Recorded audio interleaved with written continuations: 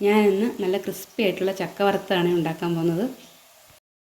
ഇത് റെഡിയാക്കാൻ വേണ്ടിയിട്ട് ഞാൻ ചക്കയെല്ലാം ക്ലീൻ ചെയ്ത് കുരുവൊക്കെ കളഞ്ഞ് ഇതുപോലെ കട്ട് ചെയ്ത് വെച്ചിട്ടുണ്ട്. ഇനി നമുക്ക് ഇത് ചെറുതായിട്ട് അരിഞ്ഞെടുക്കണം. ഞാൻ അരിഞ്ഞെടുത്തിട്ട് കാണിച്ചു തരാവേ. ഞാനിവിടെ ചക്കയെല്ലാം അരിഞ്ഞെടുത്ത് കൊണ്ടുവന്നിട്ടുണ്ട്. ഞാൻ ഈ പാത്രത്തിൽ നിന്ന് കുറച്ച് ഈ പാത്രത്തിലേക്ക് മാറ്റിയിട്ടുണ്ട്. എന്നിട്ട് അതിൻ്റെ അകത്ത് നമുക്ക് കുറച്ച് ഉപ്പിട്ട് കൊടുക്കാം. ഇത് നന്നായിട്ട് ഇതുപോലെ ഒന്ന് മിക്സാക്കി എടുക്കണം. ഉപ്പിൻ്റെ അളവ് കൂടിപ്പോകരുത്.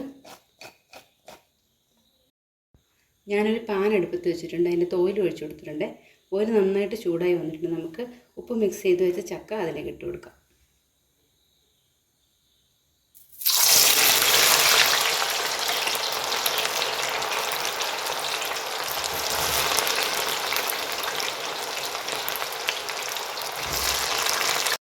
ചക്കയിൽ അത്യാവശ്യം വെള്ളം ഉള്ളതുകൊണ്ടാണ് നല്ല കുമ്പള പോലെ വേണ്ടത്. ഇതിപ്പോൾ വെള്ളമൊക്കെ ഒന്ന് വറ്റുന്നതനുസരിച്ച് അതൊക്കെ ഒന്ന് മാറി വരും കേട്ടോ.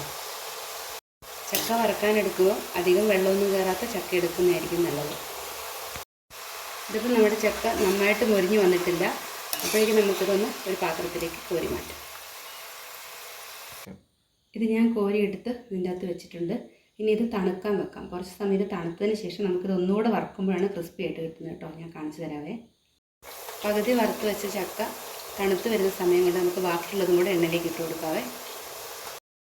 ഉപ്പ് മൊത്തം ചക്കയിലേക്ക് നമ്മൾ ഇട്ട് കഴിഞ്ഞാൽ അതിൻ്റെ അകത്ത് നിന്ന് വെള്ളം ഇറങ്ങുന്നത് കൊണ്ടാണ് കുറച്ചായിട്ട് നമ്മൾ ആ എണ്ണയിലേക്ക് ഇടുന്നതിന് മുമ്പ് ഉപ്പ് ചേർത്ത് കൊടുക്കുന്നത് കേട്ടോ.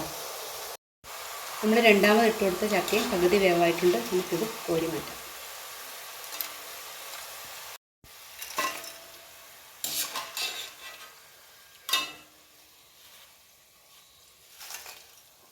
ആദ്യം എടുത്ത് വെച്ച ചക്ക തണുക്കാൻ വേണ്ടിയിട്ട് ഒരു പരന്ന പാത്രത്തിലേക്ക് മാറ്റിയിരുന്നു. അപ്പോൾ നന്നായിട്ട് തണുത്തിട്ടുണ്ട്.